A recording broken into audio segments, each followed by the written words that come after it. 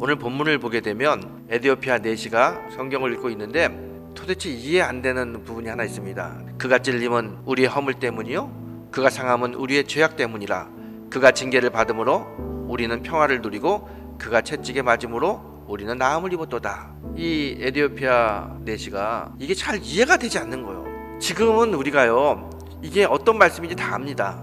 여기서 이야기하는 어린 양은 예수 그리스도를 이야기하고, 예수 그리스도가 우리의 죄 때문에 십자가에 못 박혀 돌아가심으로 우리에게 죄사함이 일어나고 구원의 길이 열렸다는 것을 다 알 겁니다. 그런데 에디오피아 내시는 크게 예수님인지 모르는 거예요. 도대체 자기의 생각으로는 상식으로는 이해가 되지 않는 거예요.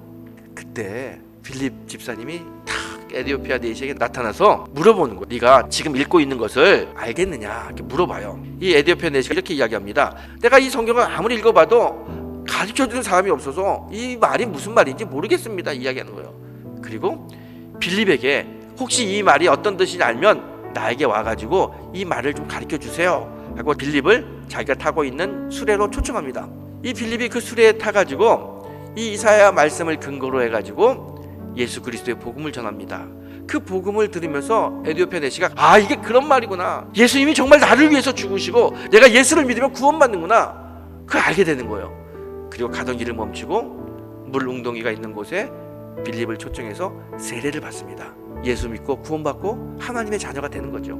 이 에디오피아 내시를 통해서 아프리카에 예수 그리스도의 복음이 전파되는 놀라운 사건이 오늘 우리가 읽은 이 본문으로부터 시작되는 겁니다. 에디오피아 내시는 이 문제 해결하기 어려웠어요. 그런데 빌립이 와가지고 금방 가르쳐주니까 그걸 이해하고 예수를 믿고 구원받고 하나님의 자녀가 되었습니다. 만약에 빌립이 복음을 전하지 않았다면 에디오피아 내시는 복음을 받아들일 수 없고 하나님의 자녀가 될 수 없었을 거예요.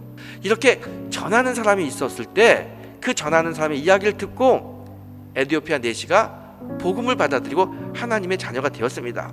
그래서 사도 바울은 예수님에 대해서 듣는 것이 너무 중요하다. 그래서 뭐라고 이야기하냐면 이렇게 이야기합니다. 그러므로 믿음은 들음에서 나며 들음은 그리스도의 말씀이니라 그래요. 이 에디오피아 내시가 예수 믿고 구원받고 하나님을 믿는 그 믿음은 어디서 생겼느냐? 들음에서 생겼다는 거예요. 우리가 예수님에 대해서 많이 들으면 믿음이 생겨난다는 거예요. 그런데요, 그 말이 틀린 말은 아니지만 이 말만을 이야기하는 게 아닙니다. 바울은 좀 더 구체적으로 믿음에 대한 이야기를 하고 있습니다.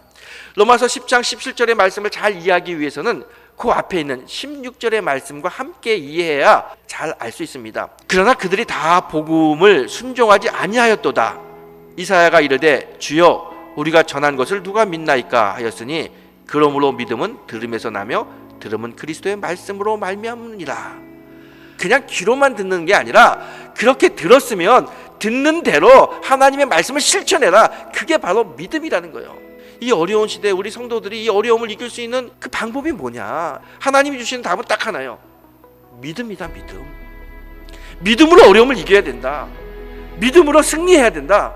이럴 때일수록 믿음 가지고 나가야 된다. 믿음에 대한 말씀을 많이 주셔요. 그런데 그 믿음이 어떤 믿음이냐? 그 믿음은 하나님의 말씀 붙들고 말씀을 실천하는 순종의 믿음이라는 거예요. 그냥 예수님에 대해서 많이 듣는 거, 그게 아니라 들은 대로 실천하는 것, 말씀에 순종하는 것, 이게 이 어려움을 이길 수 있는 방법이라는 겁니다. 오늘 우리가 읽은 이 성경은요, 교회사적으로 굉장히 중요한 성경 구절입니다. 이 성경의 사건을 통해서 아프리카에 복음이 전달되는 거예요. 이 중요한 사건이 어떻게 이루어졌느냐? 오늘 본문을 좀 더 깊이 보게 되면 헌신적인 순종의 사람 빌립을 발견하게 됩니다. 이 빌립이요, 사마리아에 와가지고 복음을 전하고 있었어요.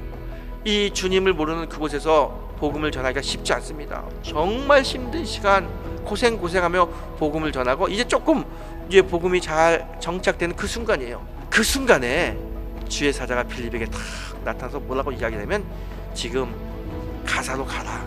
그리고 그것은 광야다 이야기예요. 여러분, 지금 빌립이 있는 곳에서 가사까지 70km입니다. 70km의 광야길을 가야 되는 거예요. 근데 성경을 보게 되면 빌립이 다른 생각 전혀 하지 않았습니다. 그냥 아멘하고 왜 가야 되는지, 무엇 때문에 가야 되는지 그건 물어보지도 않습니다. 그냥 가는 거예요. 가서 보니까 에디오피아 내시가 지나가는 거예요. 근데 지나가는 걸 보니까 성경을 읽고 있는데 그 뜻이 무슨 뜻인지 몰라가지고 고민하고 있는 걸 보게 됩니다. 이 에디오피아 내시와 빌립이 만난 게 이게 우연히 일어난 일입니까? 아니요, 절대로 우연히 일어난 게 아닙니다. 하나님의 놀라운 섭리 속에서 이루어진 사건입니다. 이 놀라운 사건이 복음의 꽃을 맺을 수 있었던 것은 뭐냐면 빌립의 순종이죠. 지금 우리가 코로나19라고는 어려운 시간을 보내고 있죠.